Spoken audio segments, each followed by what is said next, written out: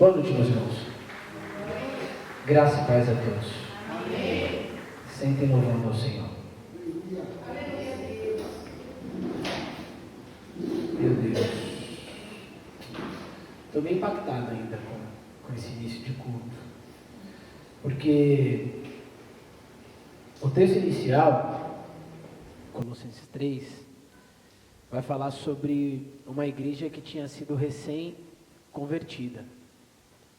E lá para uma igreja recém-convertida, Paulo traz uma exortação dizendo: a sua vida passada já era. Começa a viver uma nova vida, porque agora você está convertido. Aí depois a pastora vem e me traz Mateus 7. Vai falar sobre alguns crentes que praticam coisas achando que sua salvação estão ligadas a ela. Mas Jesus diz: calma, de nada vale o que você fez em meu nome, porque a glória é minha. Eu queria o teu coração e a tua conversão. Aquela lá de Colossenses 3. Aí depois me vem aqui um texto, que está lá em Apocalipse capítulo 3, que é a carta a Laodiceia. Curioso que das 7 igrejas, Laodiceia é a única que não teve elogio. Porque é uma igreja que vivia uma falsa verdade. Vivia uma mentira. Por que falsa verdade? Porque tinha uma temperatura, mas não chegava a ser quente. Não estava extremamente frio, mas não chegava a ser crente. Então apresentava uma verdade que não era vivida, mas só apresentada. Por que eu estou dizendo isso? Porque nós temos os crentes que praticam, mas não são conhecidos por Deus. Nós temos aqueles que estão um pé no mundo e um pé dentro da igreja, que são aqueles mornos. E nós temos os recém-convertidos que eles estão vivendo no passado. O que Deus está querendo dizer para a igreja hoje? O que Deus está querendo dizer? Vamos comigo lá em Salmo capítulo 91. Salmo 91. Esse salmo por muitas vezes foi usado como amuleto. Quem nunca chegou na casa de alguém e estava lá a Bíblia aberta no Salmo 91? Como se a pessoa fosse ser protegida porque a Bíblia está aberta nesse salmo. Só que a terceira palavra do salmo, para mim, é a chave do salmo. E eu acredito que é o que Deus trouxe para a noite de hoje, para que nós saiamos daqui reflexivo acerca do que Deus está falando desde o início do culto. Porque Deus está falando desde o início do culto. Porque a primeira parte do culto deve ser uma parte para entregar a Deus. Louvor é entrega. Mas é incrível como até mesmo no momento que nós temos que entregar, Ele tem que falar conosco, porque a nossa entrega talvez não esteja chegando da maneira devida e agradável a Ele. Vamos ler comigo? Eu vou ler o salmo inteiro. E depois nós iremos refletir. Amém? Amém. Quem encontrou diz amém. Amém. Quem encontrou na tela diz amém. Amém. Tá bom também.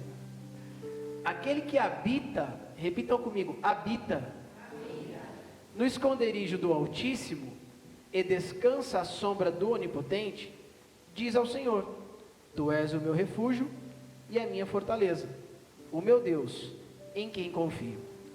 Pois Ele livrará você do laço do passarinheiro e da peste perniciosa. Ele o cobrirá com as suas penas, e sob as suas asas você estará seguro. A sua verdade é proteção e escudo. Você não terá medo do terror noturno, nem da flecha que voa de dia, nem da peste que se propaga nas trevas, nem da mortandade que assola ao meio-dia. Caiam 1000 ao seu lado e 10.000 à sua direita, você não será atingido. Somente com seus olhos você contemplará e verá o castigo dos ímpios. Você disse: o Senhor é o meu refúgio. Você fez do Altíssimo a sua morada. Nenhum mal lhe sucederá, praga nenhuma chegará à sua tenda, porque aos seus anjos Ele dará ordens a seu respeito, para que guardem você em todos os seus caminhos.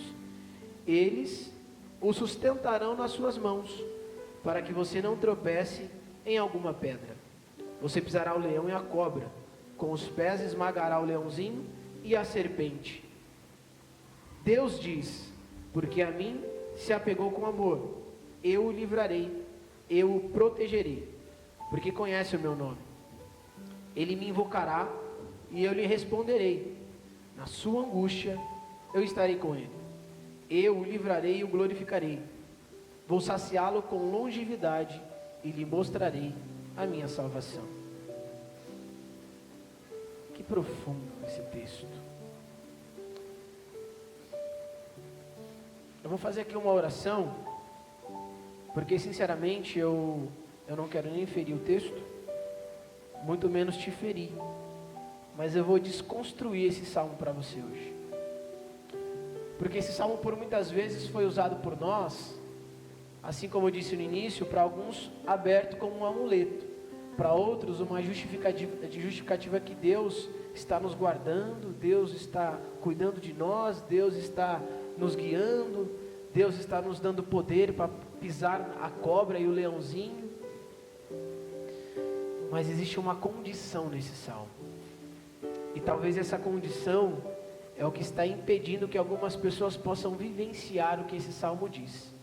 Quem está aqui diz amém? Amém. Quem está entendendo diz amém? Amém. Vamos orar? Pai, a Ti eu louvo e Te agradeço pela Tua Sagrada Escritura.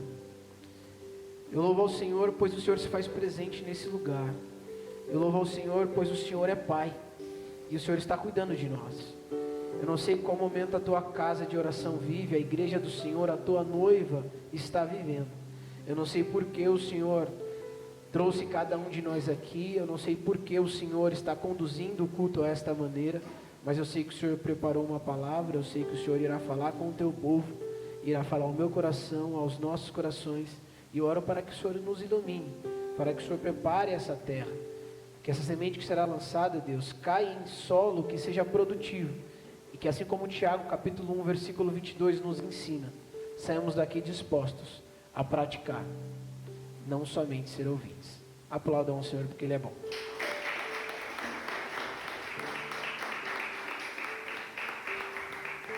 É o Will ou é o pastor Fernando que está aí no Data Show ainda? É o Will? Will, me acompanhe. Vamos lá, versículo 1. Aquele que habita no esconderijo do Altíssimo e descansa à sombra do Onipotente, diz ao Senhor: Tu és o meu refúgio, a minha fortaleza, o meu Deus, em quem confio. Salmo capítulo 37, versículo 5, Will, coloca aí para mim, por favor. Salmo 37, 5. Entrega o teu caminho ao Senhor, confia nele, e Ele o fará. Aqui nos diz que somente quem habita no esconderijo do Altíssimo pode dizer ao Senhor que Ele é o seu refúgio, a sua fortaleza. E aqui está mencionando que aquele que habita também diz que Deus é o Senhor a quem ele confia. O texto aqui do Salmo 37 diz: entrega o teu caminho no Senhor, confia nele e o mais Ele fará. Se você não está confiando até hoje nas coisas que Deus te prometeu, é porque você não está habitando e só visitando. E é aquele que habita no esconderijo do Altíssimo. Porque a terceira palavra desse versículo é a mais profunda, a mais forte, a que Deus irá tratar nessa noite. Porque não basta estar aqui, não basta somente estar aqui, porque você vir aqui e voltar para sua casa foi um dia que você passou, mas habitar é permanecer. Habitar não é somente estar dentro do templo, habitar é estar em Deus. E quem está em Deus está enxertado na videira. João capítulo 15 nos ensina. Estar em Deus não é só estar em Deus quando está aqui. Estar em Deus é também nas quartas-feiras negar o jogo para estar no culto do lar. Estar em Deus é prestar o culto em todo lugar onde estiver. Estar em Deus, assim como nos foi ensinado lá em Apocalipse capítulo 3, se você voltar lá no capítulo 2, a partir do versículo 7, não, no 3 mesmo, a partir do versículo 7, você vai ver uma igreja, a igreja de Filadélfia. Aquela estava em Deus, porque diferentemente da de Laodiceia, que foi lida aqui agora há pouco, ela tinha do que se não vangloriar, mas se orgulhar, porque era uma igreja modelo. Mas o que Deus quer falar aos nossos corações hoje? Ele quer que você seja um modelo a ser seguido. Ele quer que você habite no esconderijo do Altíssimo. Não somente passe. Não somente tenha uma noite de empolgação e entusiasmo, porque o louvor foi maravilhoso. Não somente uma noite a qual você saia reflexivo, porque a palavra foi profunda. Mas uma noite a qual, assim como lá em Colossenses capítulo 3, você possa se despir do seu antigo para viver o novo. Uma noite a que você não vai diante dos seus pastores e diante das pessoas que te conhecem como cristão ter uma postura religiosa, mas uma noite que você vai sair falando para Deus: Deus, eu tenho que me santificar todos os dias, porque eu quero a partir de hoje habitar no esconderijo, não somente passar por lá. Vamos para o versículo 3, pois ele livrará você do laço do passarinheiro e da peste perniciosa. Will, 1 Coríntios capítulo 10, versículo 13. Não veio sobre vós tentação senão humana, mas fiel é Deus, que não vos deixará tentar acima do que podes, alguns textos diriam ali, suportar. Antes, com a tentação, dará também o escape, para que possais suportar. Olha isso, presta atenção nesse texto. Lá no Salmo, nós estamos acostumados a ver Deus nos livrando do laço, né? Deus nos tirando da armadilha, mas Deus nos ensina que a armadilha sempre vai estar, Ele só vai dar o escape. Ele não está dizendo que Ele vai tirar o laço do passarinheiro, não. O laço do passarinheiro é o pecado que você é tentado todos os dias. Ele não te promete tirar o pecado da sua vida, Ele promete te dar um escape para quando você deseja pecar.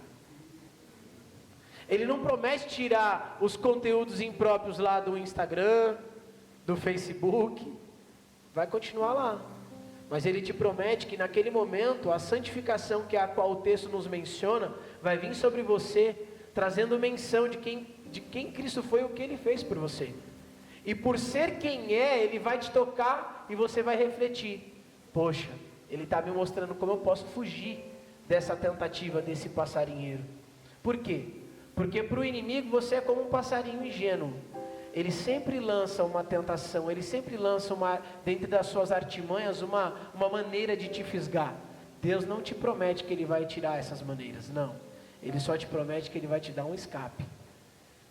Foi esse mesmo escape que por muitas vezes você deixou de perceber por quê? A inclinação da sua carne. E Colossenses capítulo 3 nos ensinou. A nossa carne está propensa a fazer tudo que desagrada a Deus. Mas o nosso espírito tem que estar em militância com a carne. Por quê? Porque você habita, você não é um visitante. Ou você é um visitante.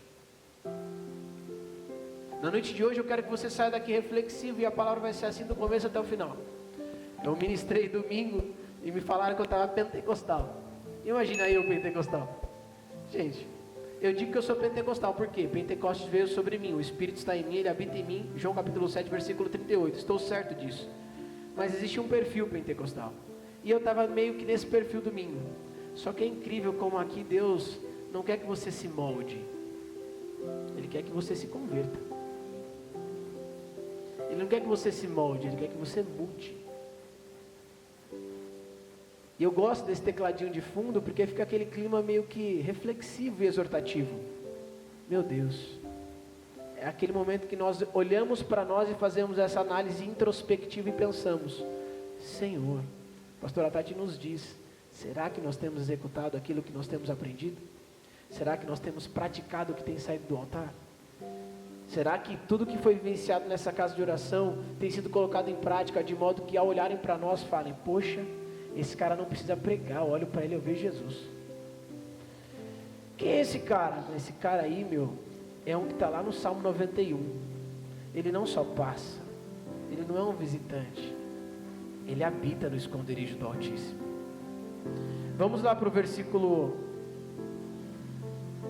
de número 4. Nós lemos o 3 anteriormente. Ele o cobrirá com suas penas e sobre as suas asas você estará seguro. A sua verdade é proteção e escudo. A sua verdade é proteção e escudo. Jesus é o caminho, a verdade e a vida. Quem conhece esse versículo diz amém. Estejam comigo aqui, é uma exortação, mas é para que vocês interajam quanto possível. Jesus é o caminho, a verdade e a vida, amém?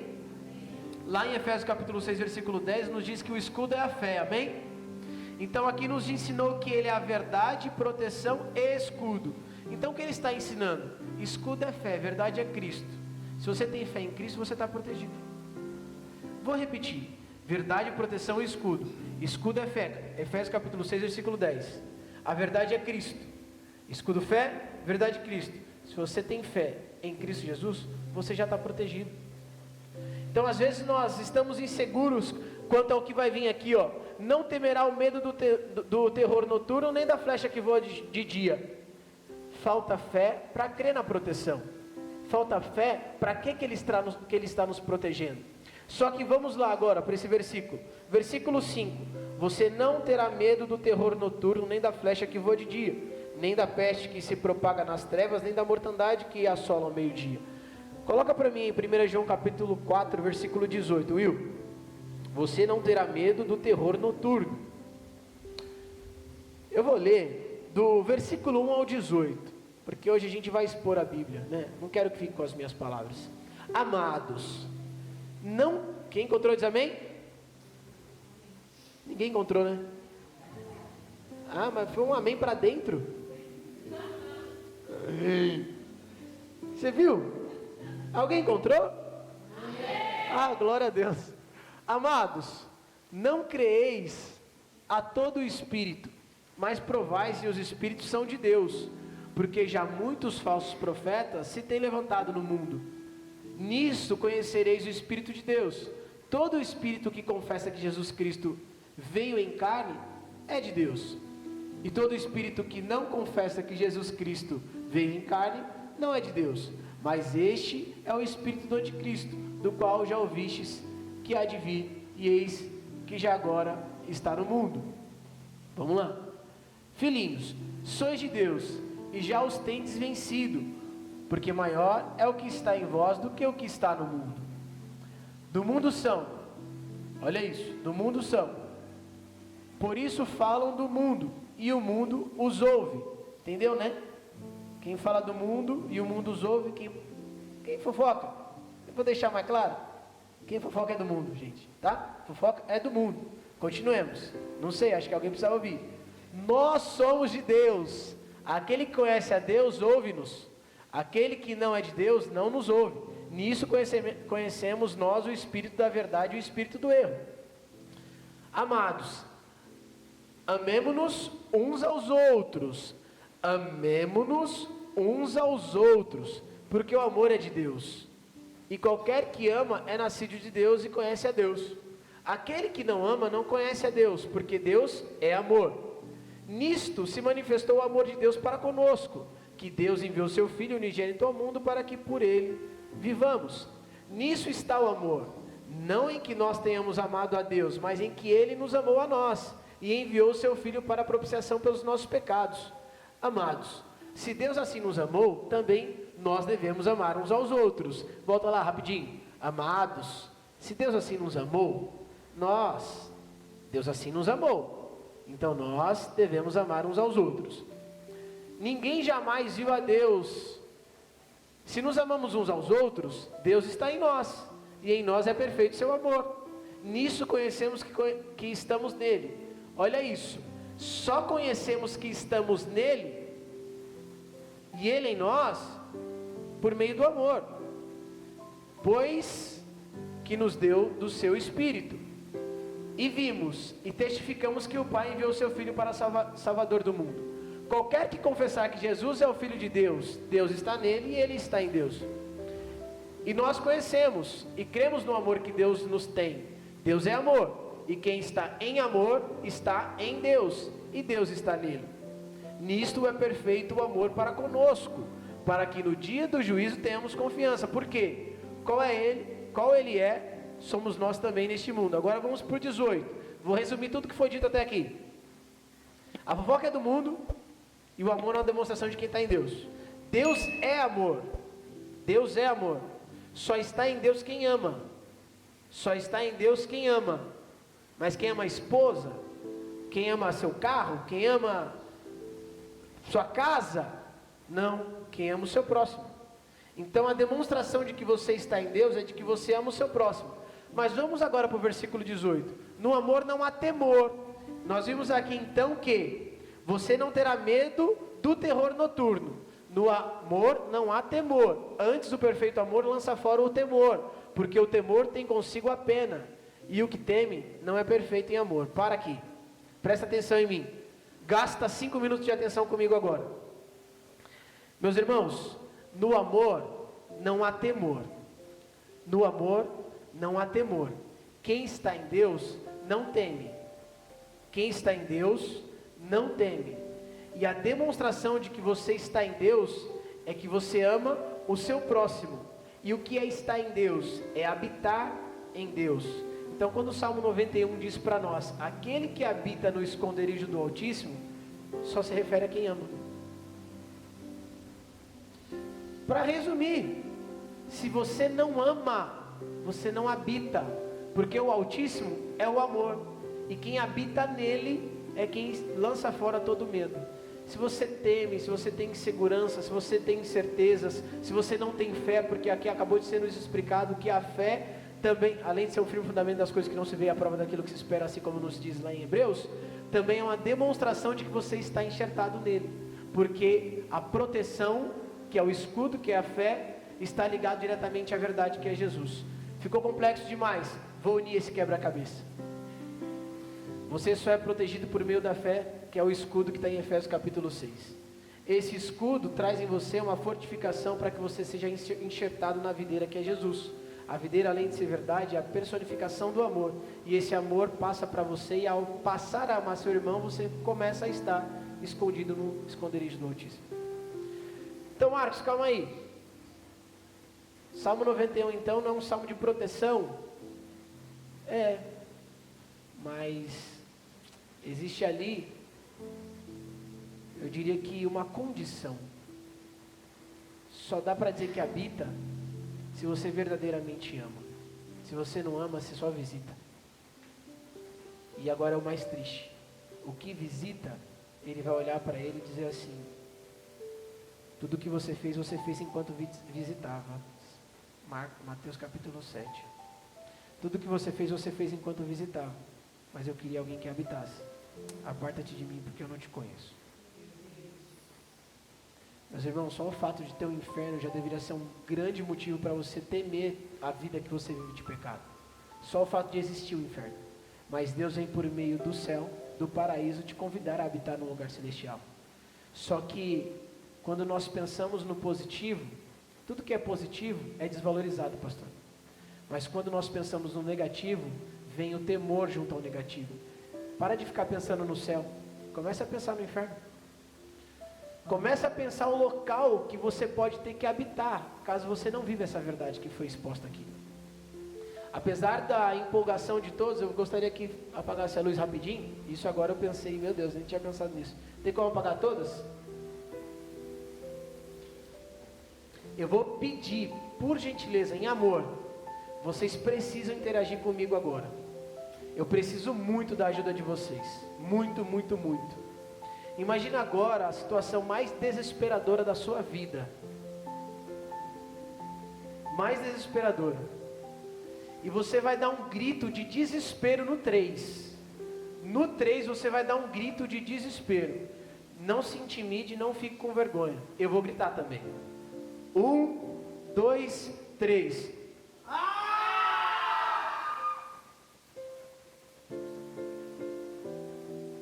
O inferno é isso eternamente. É isso para o resto da vida. Está disposto a viver? Está disposto a viver isso? Só que ainda tem enxofre e tem fogo. Gente, viver na luz é bem melhor. Viver na luz é bem melhor. Agora imagina viver com esse cenário eternamente, desesperado. Isso já deveria ser um motivo para você começar a olhar para si mesmo e pensar: Senhor, o que eu preciso mudar? Seguimos no texto. Caiam 1000 ao seu lado, no versículo 7. Caiam 1000 ao seu lado e 10.000 à sua direita. Você não será atingido. Nós aqui, obviamente que esse texto, trazendo para o contexto literal, está falando de guerra.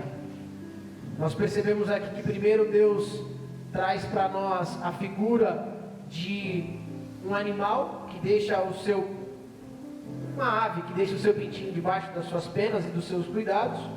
Depois ele mostra para nós, por meio de uma analogia, de um livramento, as artimanhas e tentativas do inimigo de te laçar e te prender. E agora ele traz esse contexto aqui de guerra. 10.000 cairão ao seu lado, 1.000 cairão ao seu lado, 10.000 à sua direita.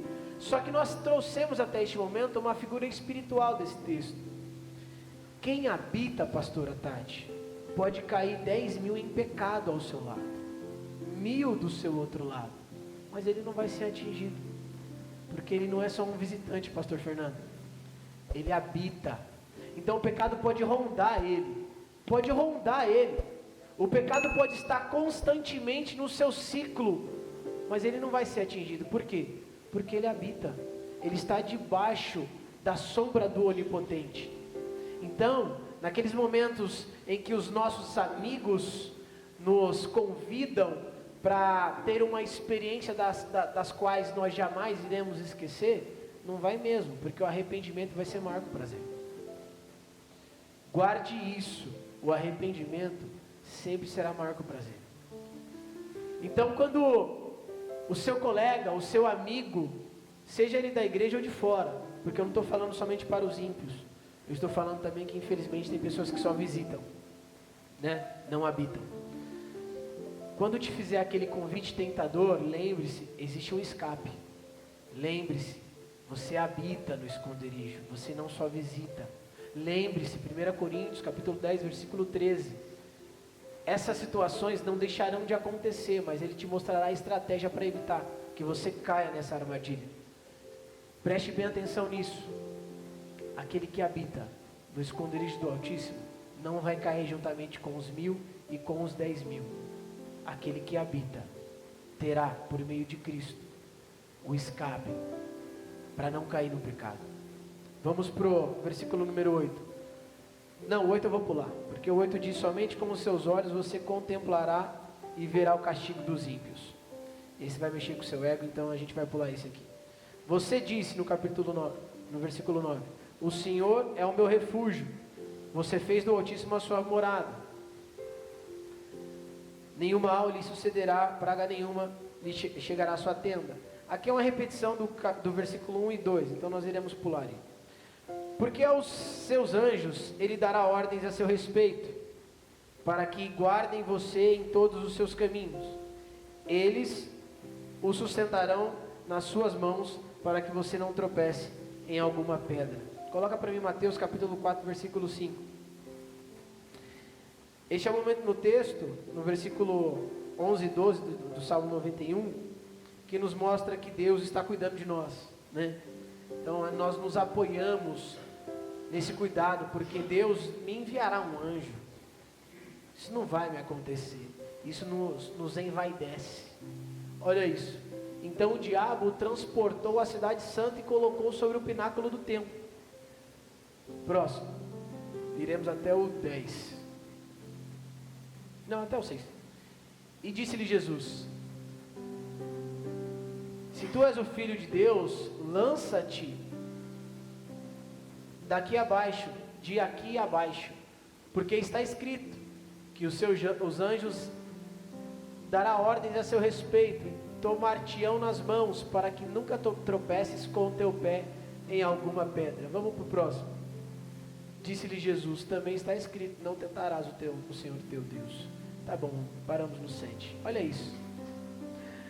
O versículo que as pessoas mais usam a seu favor para justificar uma proteção de Deus é o mesmo versículo que o diabo usou para tentar Jesus. Você está vendo aí como o inimigo é astuto?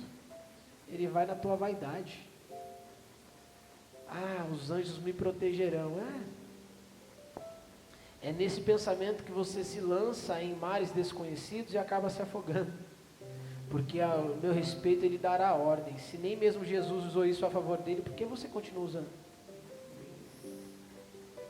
Nem mesmo Jesus usou isso a seu favor. Por que a gente continua tentando a Deus?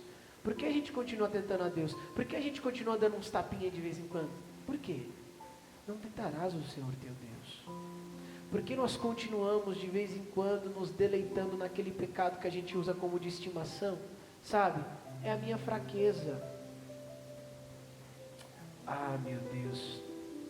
Apocalipse 2. Apocalipse 3, versículo 8. Coloca para mim, por favor, pastor. Nem ia falar disso. Conheço as tuas obras, aí que diante de ti pus uma porta aberta, e ninguém a pode fechar, porque tendo pouca força, repitam comigo, pouca força. Guardaste a minha palavra e não negaste o meu nome. Olha aí. Dentro da tua pouca força, tu guardaste a minha palavra e não nega o meu nome. Sabe por que você continua caindo nesse pecado? Porque você não guardou a palavra e continua negando o nome. Porque o problema não é ter pouca força. O problema é deixar de guardar a palavra.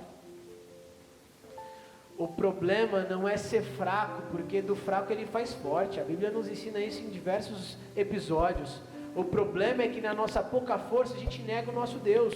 O problema é que na nossa pouca força a gente nega o nome de Jesus. O problema é que na nossa pouca força a gente esquece o Salmo 119, versículo 11: escondi tua palavra no meu coração para não pecar contra ti. Na nossa pouca força a gente acaba esquecendo que o nosso Deus, que pode nos fortalecer, continua conosco. Mas o problema é que nós continuamos só visitando e não habitando. A noite de hoje Deus te chama para habitar nele verdadeiramente. É para sair daqui não só pensando, poxa, preciso mudar, poxa, eu preciso rever os meus conceitos, as minhas práticas, os meus costumes. Você precisa sair daqui. Tiago capítulo 1, versículo 22, por favor. Foi-lhe exposto aqui, ó. Você precisa sair daqui sendo um cumpridor da palavra, e não somente um ouvinte. Lhe foi exposto aqui que quem não habitar não será salvo, quem não habitar não estará com Deus, quem não habitar não tem amor, quem não ama o seu irmão não habita. Escute isso e pratique, porque eu temo, se um de nós ficar de fora. Porque lá na ceia do Cordeiro eu quero estar com vocês tudo, quero que vocês vejam o pratão que eu vou fazer, porque eu faço mesmo. Nem me convida para ir na tua casa se você fizer pouca comida. Eu sou desses. Gente, eu temo pela minha vida e pela vida de vocês. E é isso que eu renuncio todos os dias. Eu renuncio a mim mesmo para que eu não perca a oportunidade de habitar com Ele na região celestial, na morada celestial, no céu, no paraíso, ou onde você quiser denominar. Mas também temo o fato de existir um inferno. Eu temo a possibilidade de ver essa escuridão que nós vimos, esses gritos de angústia e de medo que nós aqui presenciamos, juntamente com o fogo e lago de enxofre. Eu temo isso. E é isso que eu quero, de alguma maneira, despertar em cada um de nós. Esse temor, não só a reverência por Deus, mas o temor pelo que está por vir. Vamos lá. Versículo 13, para finalizar, que eu vou acabar, que eu nem sei quanto tempo estou aqui já. Você pisará o leão e a cobra, com os pés esmagará o leãozinho e a serpente. Lá no Salmo 58, se você quiser conseguir pôr para mim, Will, fazer uma leitura bem breve do versículo 3, do 3 ao 6. 58, versículo 3. Alienam-se os ímpios desde a madre, andem errado desde que nasceram, falando mentiras. Ímpio fala mentira, tá bom? Ímpio fala mentira. O seu veneno é semelhante ao veneno da serpente. São como a víbora surda que tapa os ouvidos, para não ouvir a voz dos encantadores, do encantador sábio em encantamento. Ó Deus, quebra-lhes os dentes nas suas bocas. Arranca, Senhor, os queixais aos filhinhos dos leões, ou leãozinhos. Então aqui está justificando o que diz no versículo 3, a serpente e os leãozinhos. Isso são os ímpios. O que o texto está querendo dizer aqui? Ele nos dá poder, olha isso, você pisará o leão e a cobra, com os pés esmagará o leãozinho e a serpente. Ele nos dá poder para pisar a cobra, o leãozinho e a serpente. Aí entra a vaidade de novo. O cristão, que é sabichão, que é o dono da razão, quando vai falar com o ímpio, eu tenho o poder, porque Deus está comigo, sou empoderado. Mostra que só visita, que não habita. Nós precisamos tratar o ímpio com amor e fazer com que ele se converta. Fazer não, né? Que convença o Espírito Santo, mas apresentar um Jesus para eles, para que eles também sejam convertidos e também comam com a gente. Lembra, o bandecão serve para todos. Nós precisamos cada vez mais deixar de usar a nosso favor certos versículos. Por isso que eu estou falando que eu vou desconstruir. Nenhum eu usei como está escrito literal. Usar alguns versículos ao nosso favor, deixar de nos apoiar em alguns versículos para justificar tanto as nossas práticas equivocadas, quanto também os nossos pecados de estimação. E por que eu estou dizendo isso? Porque lá em Lucas, coloca aí para mim Lucas 10, versículo 19. 10, 19. Eu vou ler só o 19 e 20. Eis que vos dou poder para pisar em serpentes e escorpiões, e sobre toda a força do inimigo, e nada vos fará dano. Para aí, 19. Ele nos dá esse poder. Mas olha que curioso o que diz no 20.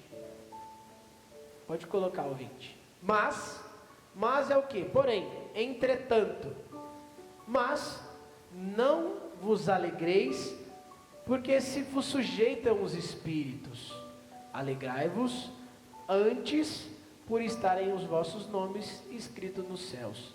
Em alguns textos vai dizer livro da vida. Presta atenção nisso.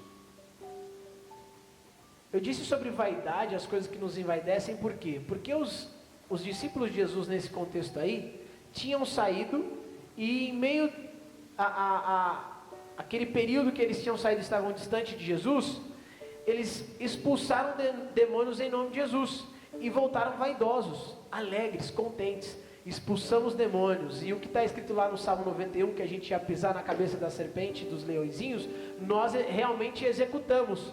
Aí Jesus vem e diz para eles: legal tudo isso, mas não se alegrem por isso. Se alegrem porque o nome de vocês está escrito no livro da vida. A nossa alegria tem que ser porque nós somos salvos. A nossa alegria não tem que ser porque nós fizemos algo em nome de Jesus, porque a glória dele foi disso isso no início do culto. Não foi necessário eu vir aqui com uma mensagem para te convencer. Deus está falando com você desde o início do culto. Só que nós estamos mais preocupados com as coisas que nos trazem alguma admiração, porque você fez isso, você fez aquilo, fulano foi lá na casa de ciclano, você tinha que ver, o fogo desceu, nossa, que homem de Deus.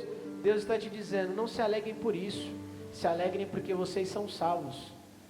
Mas ao mesmo tempo eu te trago uma preocupação, isso só está atribuído a quem habita, e não a quem visita. Não vou dar ênfase nisso mais não.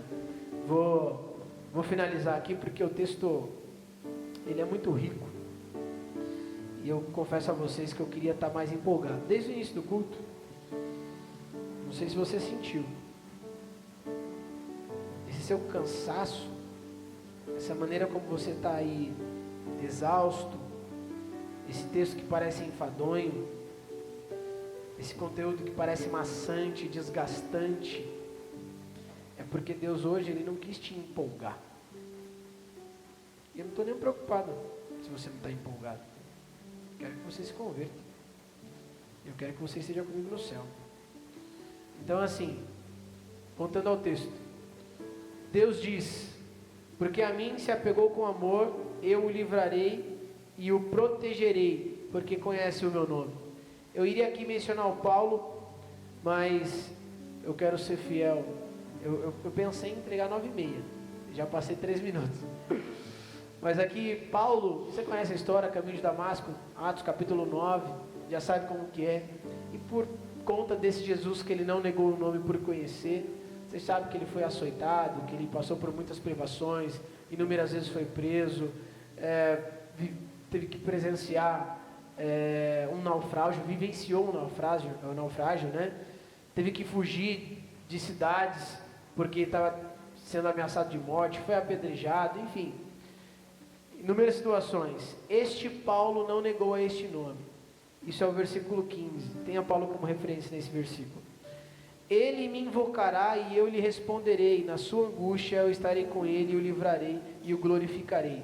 Na angústia, repitam comigo, na angústia. Na angústia. Glória a Deus. Na angústia tem que estar com Deus também, irmão. Tem que se distanciar não. O texto nos ensina, na angústia. Você lembra da história de Jó, né? Foi na angústia. O que restou para ele? Só um teco de telha para coçar as feridas. Na angústia. Mas ele continuou com o Senhor. Porque é na angústia que nós somos testados para ver se nós habitamos ou se nós só visitamos. No versículo 16 vai dizer: vou saciá-lo com longevidade e lhe mostrarei a minha salvação. João, o Apocalipse que foi lido aí, João, ele morreu com aproximadamente 94 anos de idade. Longevidade é o que o texto diz. Coloca para mim de novo, por favor, Salmo 91, versículo de número 16. Fartá-lo-ei com longura de dias e lhe mostrarei a minha salvação. João, 94 anos, para mim, né, é um tempo bastante longínquo. e lhe mostrarei a minha salvação. Apocalipse capítulo 4, João olha um trono, 24 anciões, e ele tem o primeiro contato com o céu.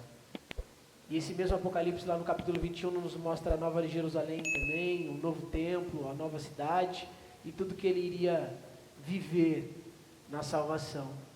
Aqui é um bom exemplo. João, 94 anos, teve acesso ao Apocalipse, escreveu o livro de Apocalipse por meio de uma revelação de Deus. Aquele que habita não só viverá a eternidade, mas enquanto estiver aqui, enquanto estiver nesse plano, Paulo nos ensina, estou dividido entre estar no céu com Deus ou estar aqui e converter mais pessoas. Aquele que habita viverá em paz durante todo o período que estiver aqui, terá longevidade nos seus dias, habitará no Senhor, será escondido por Ele, viverá enxertado na videira, João capítulo 15, viverá em amor, amará o seu irmão, não terá medo, assim como nos foi ensinado aqui, porque o medo é proveniente somente de quem não está em Cristo, porque quem está em Cristo, Ele lança fora todo medo. Na noite de hoje, o que eu quero trazer como frase final para nós refletirmos: existem muitas formas, vou beber água aqui para fazer jus, né? Existem muitas formas de perceber quem gosta do ambiente, quem gosta da igreja, quem gosta das pessoas, quem gosta das experiências, quem gosta dos louvores, quem gosta da cantina. Eita Deus, essa foi para mim. Desculpa, Senhor, mas eu também te amo. Quem gosta do que lhe é oferecido e quem gosta da presença. Porque quem gosta da presença, habita. E aquele que habita, é isso aí. Salmo 91, espero que para você não seja o mesmo salmo. Ao chegar na casa de alguém e ver ele aberto, pare e reflita. Poxa, ele está nessa casa, mas essa casa não é de quem habita. E o fato dele estar aberto não quer dizer que você está habitando. Ele está nessa casa de oração, o Deus que eu creio. Mas se ele trouxe essa mensagem para cá, para essa noite, é porque de alguma forma ele quer que nós habitemos. E eu costumo dizer sempre que a palavra vem para mim. E eu peço para que você ore juntamente comigo, para que se ela também serviu para você, nós melhoremos. Porque eu quero muito habitar. Eu desejo muito habitar. Porque habitando eu tenho certeza de que eu habitarei eternamente com Ele. Amém? Aplaudam ao Senhor Jesus porque Ele é bom.